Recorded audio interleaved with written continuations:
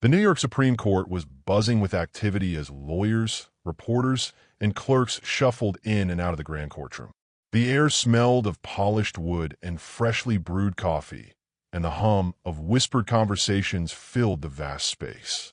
At the defense table, a high-profile corporate lawyer, Richard Calloway, adjusted his suit, looking as confident as ever.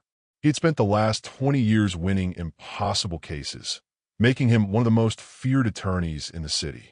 Today was supposed to be just another victory.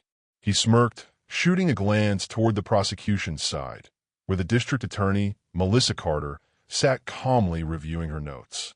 This was a big case, a corporate fraud trial involving millions of dollars.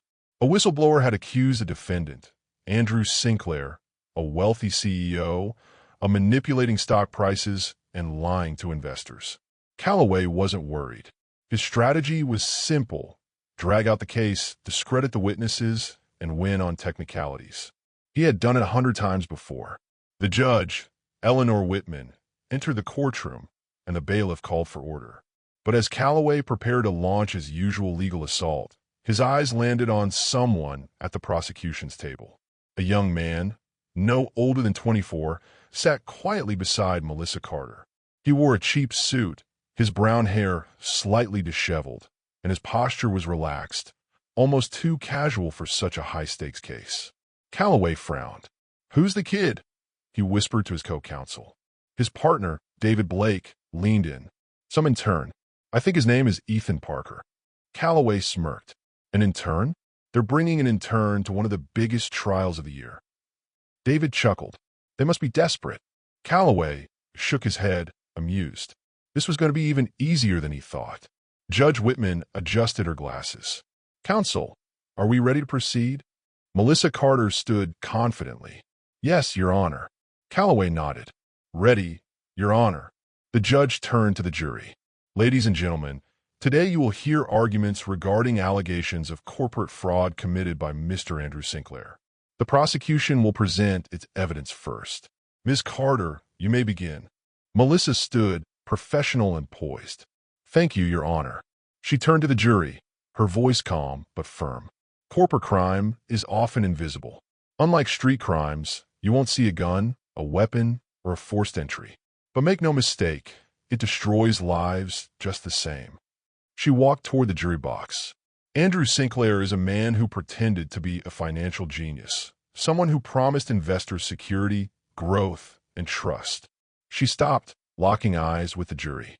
But behind the scenes, he was lying, manipulating numbers, and stealing millions. Sinclair sat at the defense table, looking bored, as if this was all just an inconvenience to him. Melissa continued, "We have emails, financial records, and witness testimony that will prove, beyond a doubt, that Mr. Sinclair deliberately defrauded his investors." She turned to the judge. "The prosecution calls Michael Bennett, the lead forensic accountant in this case." The bailiff called Michael Bennett to the stand. As the accountant took his seat and was sworn in, Calloway leaned toward David. "This is so predictable," he whispered. David chuckled. "I'll cross-examine him into oblivion." But just as Calloway prepared to take some notes, he noticed something. The intern, Ethan Parker, was watching everything very closely. Not just watching, analyzing. The way he scanned every document. The way he listened intently to each word. There was something off about him. Calloway ignored the feeling. After all, he was just an intern. Michael Bennett, the forensic accountant, began explaining the fraud scheme in detail. How Sinclair had altered records, manipulated assets, and hidden transactions. When Melissa finished her questioning, Calloway stood for cross-examination. "Mr. Bennett," Calloway said, "you claim that my client engaged in fraud, but let's clarify something. How long have you worked for the government?" 15 years. "And in those 15 years, how many mistakes have you made in financial analysis?" Bennett hesitated. "Mistakes happen." Calloway smirked. "Exactly. And isn't it possible that your analysis in this case is also a mistake?" Bennett frowned. "No." Calloway smiled. "No, that's a bold statement." He turned toward the jury, his voice smooth and persuasive. "Ladies and gentlemen, government agencies make mistakes all the time. We trust them to get it right, but they don't always. He turned back to Bennett. Would you be surprised if I told you that in the past year alone, over 30 financial investigations were later found to have errors?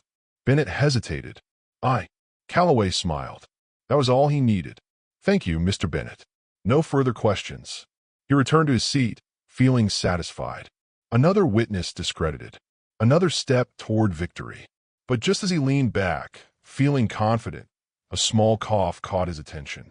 The intern, Ethan Parker, had leaned forward, whispering something to Melissa. Calloway frowned. Then, to his surprise, Melissa smirked and stood. Your Honor, she said, the prosecution would like to recall the witness for a brief follow-up. Judge Whitman nodded. Proceed. Calloway raised an eyebrow. Follow-up? Melissa turned to Bennett. Mr. Bennett, during Mr. Calloway's questioning, he stated that over 30 financial investigations were found to have errors in the last year. Do you recall that? Bennett nodded. Yes. Melissa smiled. Did you know that that statistic is false? Calloway's smirk vanished. Bennett frowned. False. Melissa picked up a printed document from her desk. According to the Financial Oversight Bureau, the actual number of cases found with errors last year was 3, not 30. Calloway sat up straighter. Melissa continued. Mr. Calloway presented false information to this court. Do you think a lawyer who is willing to lie about numbers should be trusted in a case about financial fraud? Calloway's jaw tightened. That was a direct hit. Judge Whitman turned to him. Mr. Calloway, she said, do you have an explanation? Calloway swallowed his irritation. Your Honor, I may have misremembered the number. Melissa held up a hand. No further questions. She sat down, and Calloway turned toward his co-counsel, David, whispering furiously. Where the hell did she get that document? David glanced toward the intern. Calloway followed his gaze. Ethan Parker sat calmly, adjusting his tie, looking as if he had done absolutely nothing at all. But Calloway knew better. That document hadn't been part of the prosecution's original evidence. That intern had found it, and he had used it to embarrass Calloway in front of the entire court. For the first time in years, Calloway felt a chill run down his spine. Because in all his years of practicing law, he had never been outmaneuvered by an intern. And if the kid had done this on day one, what else was he capable of? Richard Calloway sat at the defense table, his confidence shaken. He had faced seasoned prosecutors, federal agents, and corporate investigators, and he had beaten them all. But now, he had just been humiliated in front of the court by a law intern. Calloway's jaw tightened as he stole a glance toward the prosecution's table. Ethan Parker, the intern, sat with an air of quiet confidence, flipping through a thick folder of documents, as if he had all the time in the world. Calloway clenched his fists. Who the hell is this kid? The courtroom was still buzzing from the moment Melissa Carter had exposed Calloway's false statistic. Judge Whitman had called for a 10-minute recess, giving Calloway just enough time to regroup with his legal team. In the private consultation room, Calloway turned to his co-counsel, David Blake, his voice low and furious. What the hell just happened out there? David sighed, running a hand through his hair. Honestly, the intern caught something we didn't. Calloway narrowed his eyes. Find out everything about him.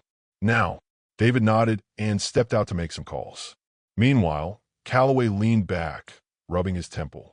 This was supposed to be an easy case, but something was wrong, and it all came back to that intern.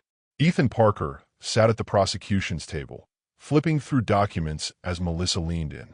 You're enjoying this, she whispered. Ethan smirked. Just a little. Melissa shook her head. I knew you were sharp, but Calloway? He's one of the best in the country. Ethan shrugged. Then he should have done his homework. Melissa studied him for a moment. Where did you even find that report? Ethan glanced toward the defense table, where Calloway was still seething. I read the case files, Ethan said simply. Calloway likes to throw big numbers into his arguments, makes them sound convincing. But I noticed he never cited a source for that 30 financial errors claim. Melissa nodded. So you checked. Ethan smirked. Of course. Melissa stared at him, shaking her head. You're dangerous. Ethan's smirk widened. That's the plan. Back in his office, David Blake rushed in, holding a manila folder. Boss, you need to see this. Calloway grabbed the file and flipped through it, his eyes narrowing. Inside was everything on Ethan Parker. Law student, Columbia University. Internship at the DA's office. Scored in the top 1% on the LSAT. Worked as a financial analyst before law school. Calloway's grip on the file tightened. That explains it, he muttered. David nodded. Yeah, the kid isn't just an intern. He's a numbers expert. Calloway's eyes darkened. He's not here to observe, he said. He's here to take me down. David hesitated. So what do we do? Calloway's lips curled into a smile, a cold, calculating smirk. We play dirty. Judge Whitman returned to the bench, signaling the end of the recess. The prosecution may continue, she said. Melissa Carter stood, her confidence growing. Your Honor, the prosecution would like to call its next witness, Daniel Rogers, an investor defrauded by Mr. Sinclair. As the bailiff swore in the new witness, Calloway leaned toward David. Get ready, he whispered. We're about to destroy their case. David nodded. What's the plan? Calloway smirked. We go after the intern. Daniel Rogers, a retired businessman, explained how he had invested $500,000 in a Sinclair's company, only to lose everything. Melissa guided him through his testimony smoothly. Everything was going perfectly until Calloway stood for cross-examination. Calloway approached the witness stand, adjusting his expensive cufflinks. Mr. Rogers, he said, his voice silky smooth, you claim that you lost $500,000 because of Mr. Sinclair's alleged fraud? Rogers frowned. I don't claim it. I know it. Calloway chuckled. Right. And tell me, who gave you the investment advice? Rogers hesitated. I reviewed the company reports. Calloway tilted his head. But did someone personally recommend the investment? Rogers hesitated. Yes. Calloway's smirk grew. And who was that? Rogers exhaled. A financial analyst. Calloway turned to the jury, his voice calm and deliberate. Ah, yes. A financial analyst. An expert in numbers. The kind of person who checks facts, analyzes risks, and makes informed decisions. He turned back to Rogers. And yet, you still lost everything. A small ripple of doubt spread through the jury. Melissa stood immediately. Objection, Your Honor, irrelevant. Judge Whitman frowned. Mr. Calloway, get to the point. Calloway turned to the prosecution's table, his eyes locking onto Ethan Parker. Of course, Your Honor. He gestured toward Ethan. Actually, I'd like to ask one of the prosecution's own legal experts a question. The courtroom stilled. Melissa froze. Ethan? He just smirked. Calloway's voice turned sharp. Mr. Parker, would you have made the same investment as Mr. Rogers? A few jurors leaned forward. Melissa immediately objected. Objection. My intern is not on trial. Judge Whitman nodded. Sustained. Mr. Calloway, the intern is not a witness. Calloway chuckled. Understood. He turned back to the jury, his expression casual. I just find it interesting that a case built on financial fraud has a financial analyst sitting at the prosecution's table, yet they didn't bring him in to analyze the numbers. A small flicker of doubt spread through the jury. Calloway smiled. That's right. I just turned their biggest asset into a liability. Melissa's jaw tightened. Ethan? He just grinned. As soon as Calloway returned to his seat, Melissa leaned toward Ethan, whispering, You okay? Ethan smirked. Oh, I'm more than okay. Melissa frowned. Calloway just threw you under the bus. Ethan chuckled. I know. And now? He thinks I'm a weakness. Melissa tilted her head. And Ethan's eyes sparkled with amusement. Let him. It'll be fun watching him realize he just made the worst mistake of his career. Melissa studied him for a moment. Then slowly she smiled. Ethan wasn't worried. He was playing the long game. And by the time Calloway figured it out, it would be too late. Richard Calloway sat at the defense table, wearing his usual calm smirk, but beneath the surface, he was calculating every move. He had just planted a seed of doubt in the jury's minds. He had turned Ethan Parker, the prosecution's mysterious intern, into a question mark. And in Calloway's world, uncertainty won cases. Melissa Carter was too experienced to show frustration, but he could tell that his tactic had rattled her. As for the intern, Ethan Parker still sat calmly, as if none of this fazed him. Calloway narrowed his eyes. Most interns in this courtroom will be sweating bullets by now. But this kid? Something was off about him. And Calloway was going to find out exactly what. Judge Whitman adjusted her glasses. Ms. Carter, call your next witness. Melissa stood. The prosecution calls Dr. Olivia Grant, an expert in forensic accounting. Dr. Grant took the stand, a sharp-looking woman in her mid-40s, wearing a navy blue suit. She was one of the top forensic accountants in the country, known for her ability to unravel the most complex fraud cases. Calloway remained unbothered. This was expected. For the next 30 minutes, Dr. Grant laid out the prosecution's argument, breaking down exactly how Sinclair manipulated financial records. The jury listened intently. Melissa wrapped up her questioning with a confident smile. No further questions, Your Honor. Judge Whitman turned to Calloway. Your witness.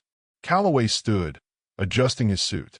He approached Dr. Grant with casual ease, as if they were about to discuss the weather.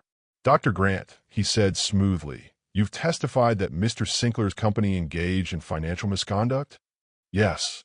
And you're certain of your findings? Dr. Grant nodded. Yes. Based on the records, there is clear manipulation of funds. Calloway nodded thoughtfully, turning to the jury. Dr. Grant, he continued, is it possible that a single accounting error could appear to be fraud, even if it wasn't intentional? Dr. Grant hesitated. In some cases, yes. But Calloway cut her off. So, in theory, a mistake could be misinterpreted as fraud. Dr. Grant frowned.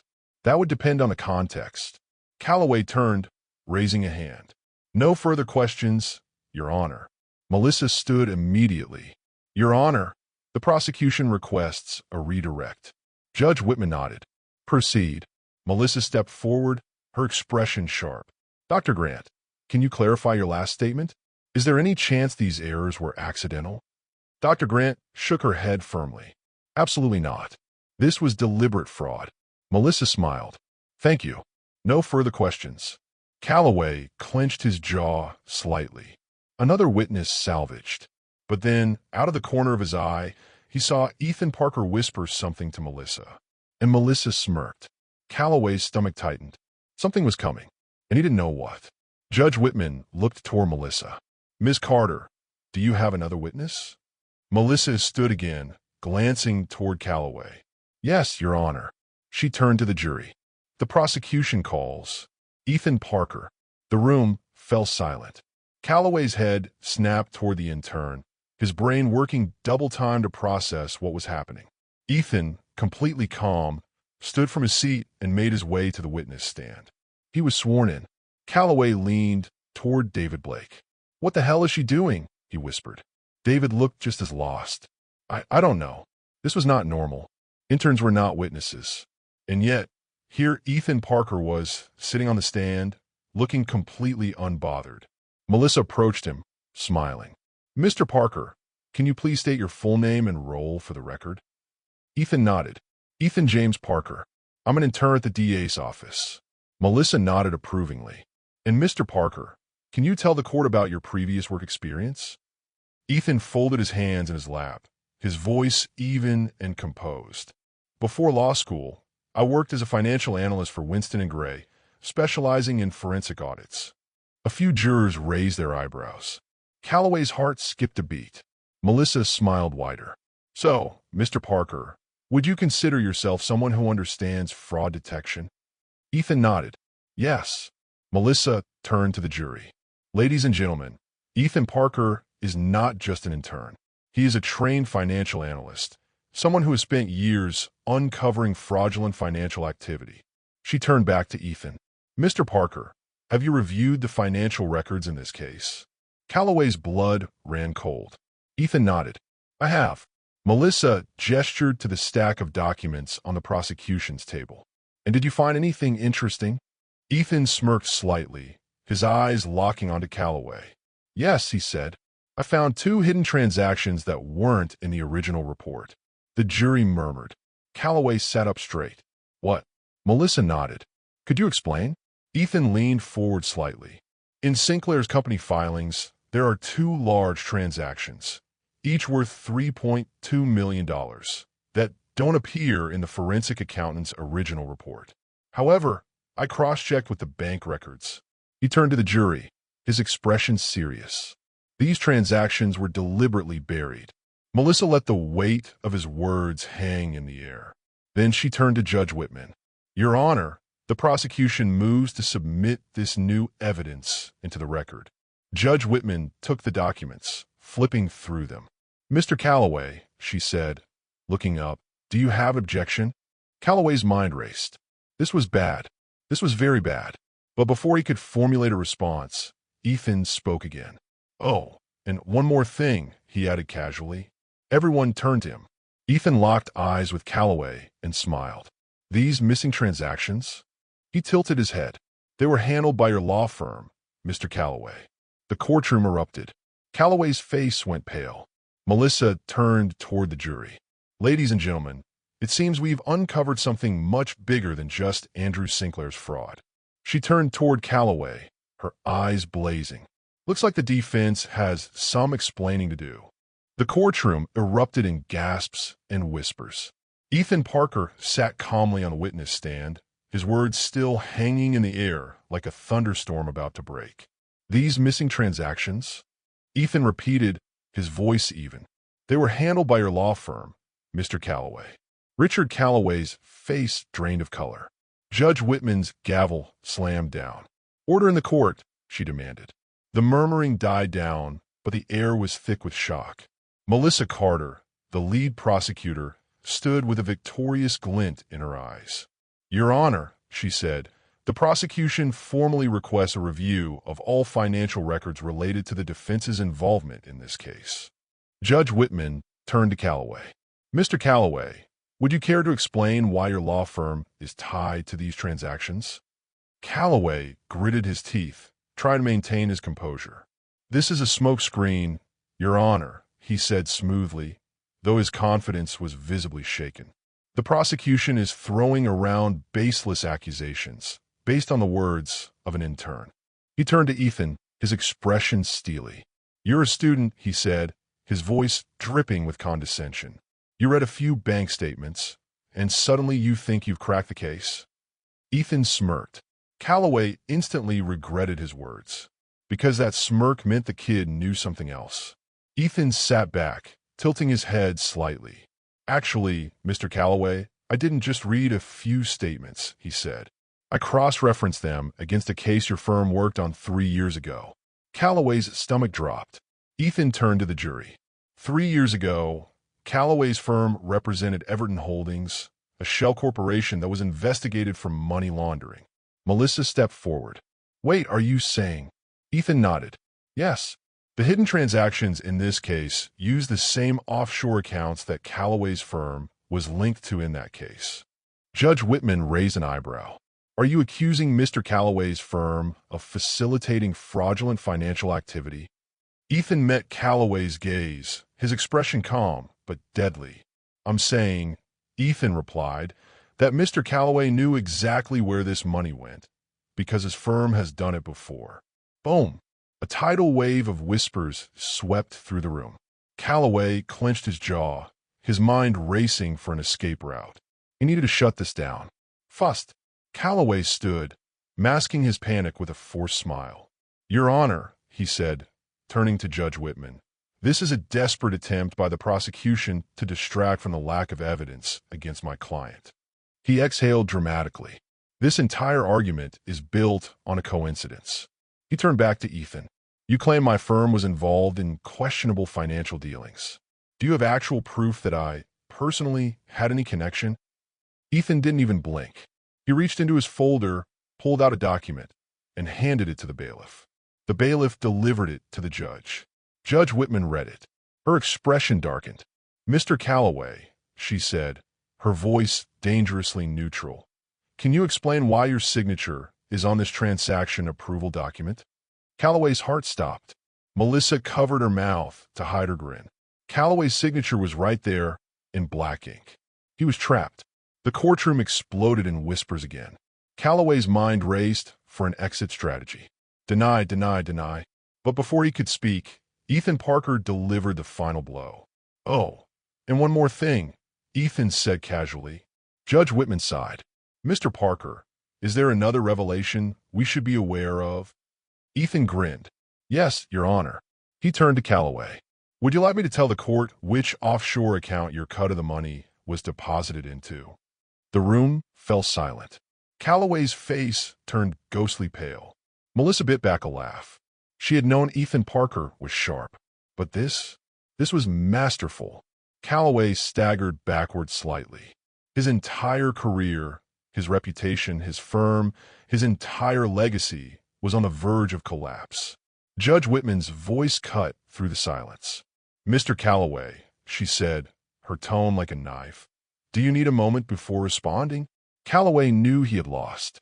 He turned to his co-counsel, David Blake, but David just stared at him, as if realizing for the first time that his boss was a fraud. Calloway took a deep breath, and then he sat down. "I have no further questions, Your Honor." The entire courtroom knew what that meant.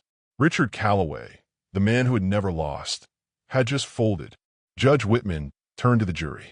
"Ladies and gentlemen, given the new evidence presented, the court will pause trial proceedings while this information is investigated further." Melissa nodded, satisfied. Judge Whitman turned back to Ethan. "Mr. Parker, thank you for your testimony." Ethan stood from the witness chair and walked back to the prosecution's table. Calloway just stared at him, still in shock. Melissa leaned toward Ethan. "Remind me to never play poker against you." Ethan just smirked. "Calloway played the game," he said. "He just didn't know I was holding all the cards." A week later, news broke across every major network. Richard Calloway resigns amid fraud allegations. Famous corporate lawyer caught in his own client's scheme.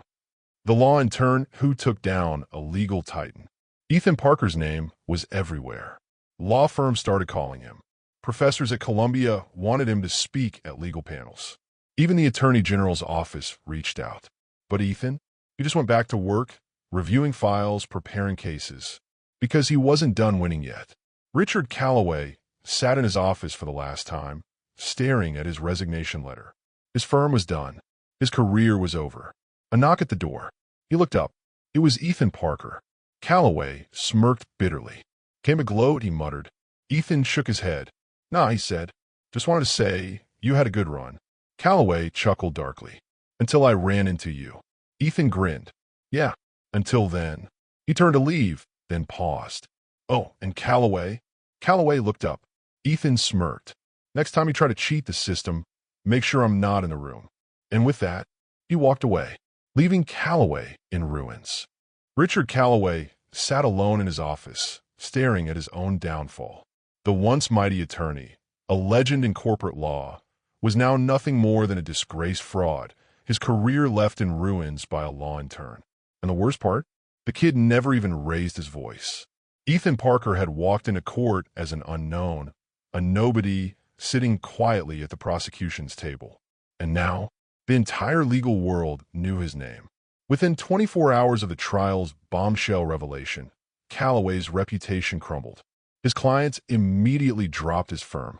The New York Bar Association launched an ethics investigation. The press swarmed outside his office, eager for statement. And worst of all, the very lawyers who once admired him were now distancing themselves. His colleagues, his rivals, his protégés, they all saw the writing on the wall. Richard Calloway was finished. Ethan never wanted fame, but after what happened in court, he didn't have a choice. By the next morning, his phone wouldn't stop buzzing. Top law firms were offering him clerkships and internships. Legal professors were inviting him to speak at panels. Even the Attorney General's office had reached out.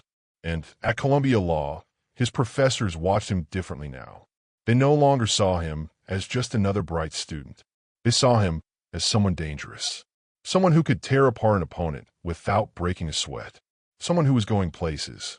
Outside the district attorney's office, a swarm of reporters gathered.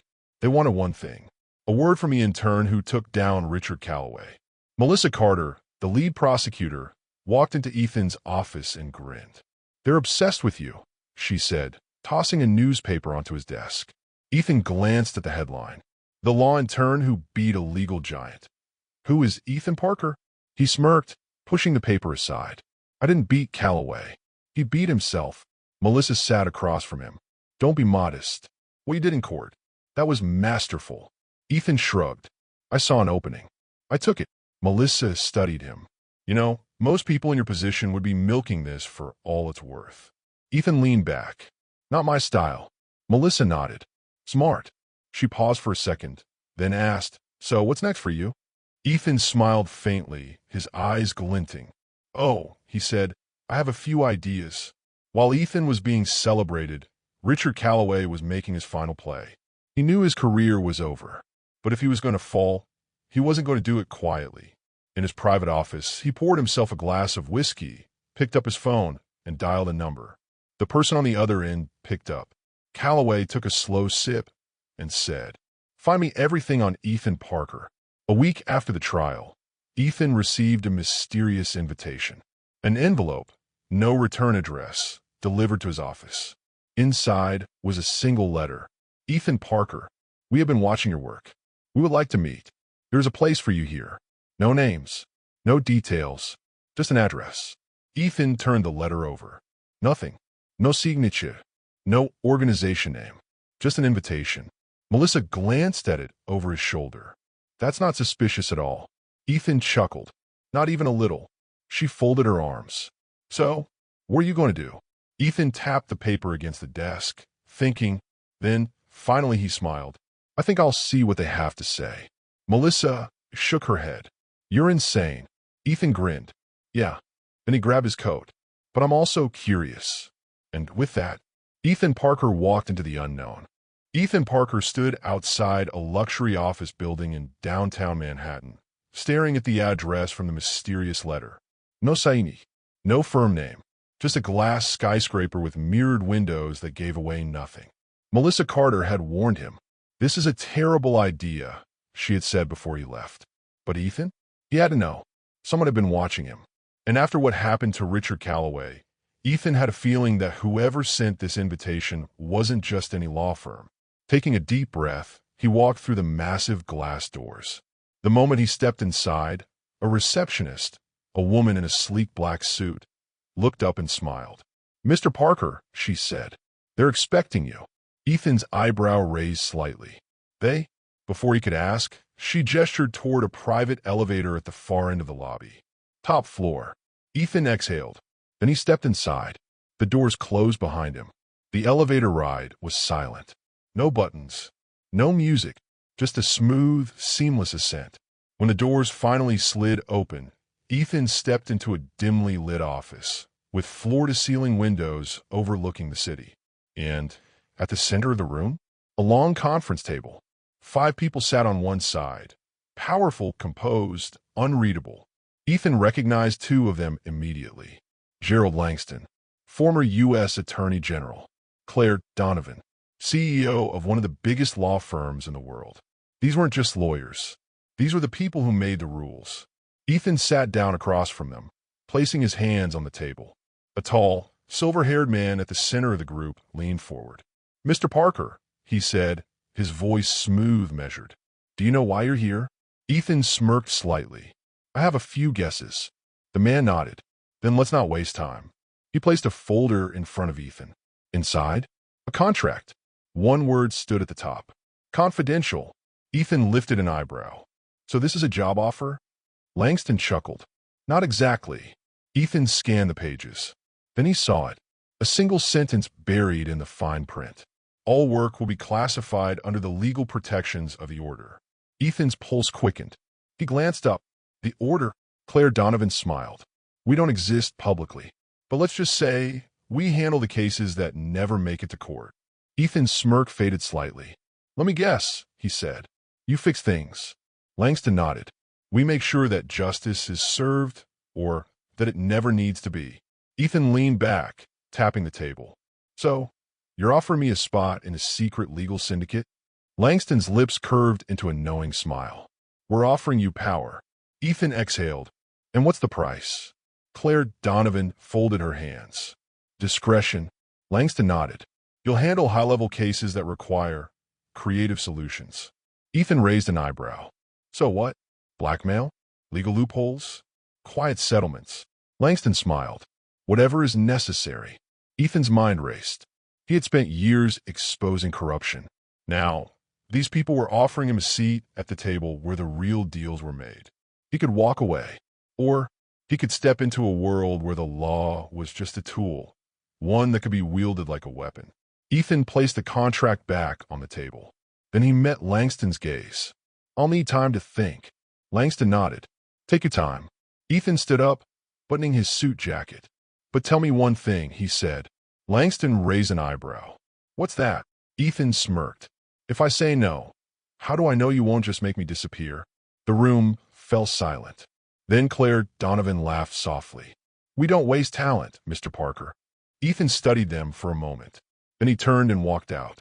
That night, Ethan met Melissa Carter at a small diner in Brooklyn. The moment he sat down, she knew something was wrong. You're too quiet, she said. What happened? Ethan exhaled, staring at his coffee. Let's just say I got a job offer. Melissa tilted her head. One you're actually considering? Ethan was quiet for a moment. Then he said, I don't know. Melissa leaned in. Ethan, listen to me. You're not just some lawyer anymore. What you did in court. People noticed. Ethan looked up. I can handle myself. Melissa shook her head. I've seen people go down this road, she said. Power like that, it changes you. Ethan leaned back. Maybe I want to change. Melissa studied him.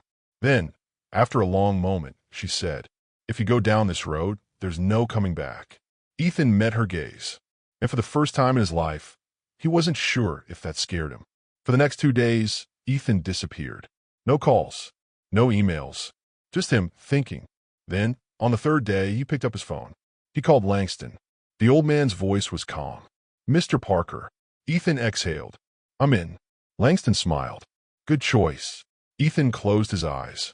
Because he knew his life would never be the same again. Ethan Parker had just made the biggest decision of his life, and there was no going back. As soon as he hung up the phone with Langston, he received a text message. Confirmation received. Location for final briefing.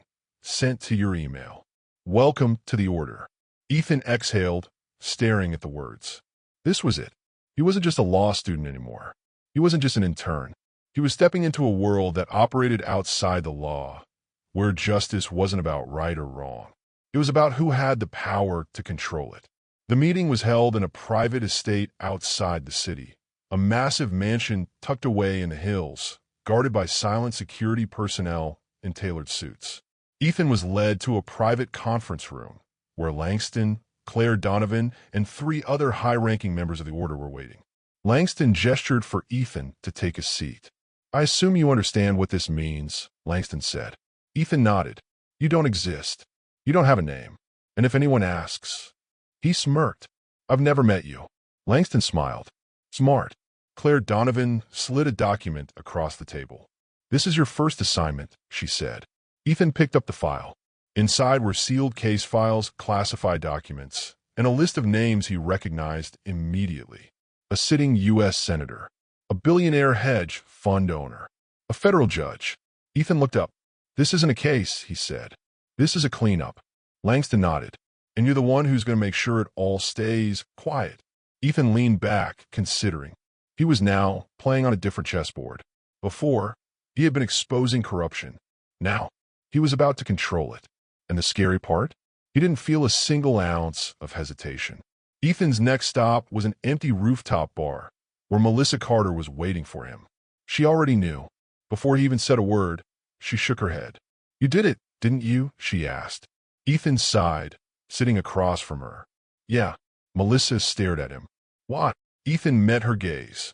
You said it yourself, Melissa, he said quietly. Power like this changes people. He picked up his drink. So I decided to be the one holding it. Melissa clenched her jaw. Ethan, you just sold your soul. Ethan smirked. No. He took a slow sip. I just bought everyone else's. The name Ethan Parker had vanished from the public eye. But his influence? It was everywhere. Cases would disappear overnight. Judges would rule in favor of the right people. Investigations would be quietly redirected. And nobody knew who was pulling the strings. Except for him. Ethan was sitting in a darkened office, sipping whiskey, when his phone rang. He picked up. "Parker," a familiar voice spoke. It was Richard Calloway, the man he had destroyed in court, the man who had once been untouchable. Now, he sounded desperate. "Ethan," Calloway said, his voice shaking. "I need your help." Ethan smiled. He leaned back in his chair, letting the silence stretch. Then, in a voice as smooth as steel, he said, "Richard, I've been expecting your call.